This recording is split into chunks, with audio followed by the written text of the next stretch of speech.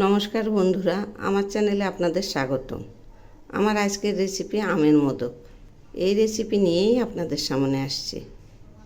এই রেসিপি বানানোর জন্য এখানে আমি কয়েক টুকরো পাকা আম নিলাম। এবার আমি এই আমগুলো পেস্ট করে নেব। এই যে দেখুন, পেস্ট করা হয়ে গেছে। এই যে এইরকম হয়েছে। এখন আমি কড়াই বসিয়েছি, এর মধ্যে 3 চামচ ঘি দিলাম। এবার আমি এর মধ্যে দিচ্ছি 2টো তেজপাতা আর 3টে থেতো করা সাদা এলাচ। সেই সঙ্গে দিচ্ছি হাফ বাটি সুজি। এখন এই সুজিগুলো আমি খুব ভালো করে ভেজে নেব, একটু লাল লাল করে ভেজে নেব। সুজিগুলো আরেকটু ভাজা হবে। এই যে দেখুন, সুজিগুলো একটু লালচে মতো হয়েছে। এগুলি ভাজা হয়ে গেছে। এখন আমি এর মধ্যে দিচ্ছি 250 গ্রাম ফুটিয়ে নেওয়া লিকুইড দুধ। এগুলি আবার একটু নেড়ে দিচ্ছি। এই দুধটা আমি একদম ঘন করে জাল দিয়ে নিয়েছি। এখন ঘন ঘন নাড়তে থাকব। সুজিগুলো আর একটু শুকাবো। এখন আমি এর মধ্যে দিচ্ছি ছোট 1 বাটি চিনি। আবার একটু নেড়ে দিচ্ছি।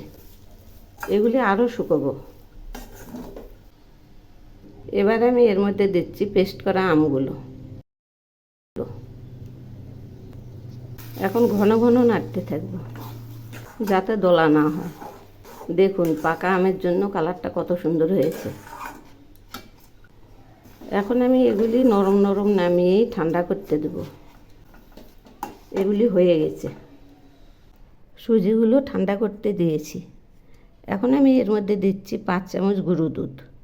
উষ্ণ গরম সুজির মধ্যেই দিয়ে দিলাম। আর দিচ্ছি 3 চামচ ঘি। এখন আমি এগুলি খুব ভালো করে মেখে নেব। একদম ডলে ডলে মেখে নেব, যে এইরকম করে। তো বন্ধুরা, আমার রেসিপি যদি আপনাদের ভালো লেগে থাকে তাহলে সাবস্ক্রাইব করে আমার পাশে থাকবেন আর কমেন্ট করে জানাবেন কেমন লাগলো। মাখা প্রায় হয়ে আসছে। এই যে দেখুন, মাখা হয়ে গেছে। এই যে এইরকম হয়েছে। এখন আমি এই শাঁসটার মধ্যে একটু ঘি দিয়ে নিচ্ছি, এরকম করে পুরোটাতে ঘি মেখে নেব। ঘি মাখা হয়ে গেছে। এখন আমি এখান থেকে ছোট্ট একটা দলা করে নিলাম, এইরকম। এর মধ্যে চেপে দিচ্ছি।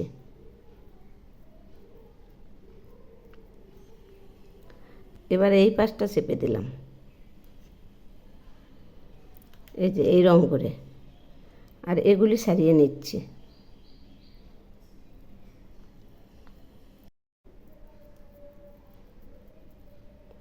এই যে দেখুন, এবার আমি খুলছি। এই যে দেখুন, এইরকম হয়েছে। এই যে এইরকম। এভাবেই আমি সবগুলো বানিয়ে নেব। তো বন্ধুরা, আমার রেসিপি যদি আপনাদের ভালো লেগে থাকে তাহলে সাবস্ক্রাইব করে আমার পাশে থাকবেন। এই যে দেখুন, সবগুলো বানিয়ে নিয়েছি। এভাবে আমের মোদক বানিয়ে খেয়ে দেখবেন, অসাধারণ টেস্ট। একবার খেলে আবার খেতে ইচ্ছা করবে, এত টেস্টি।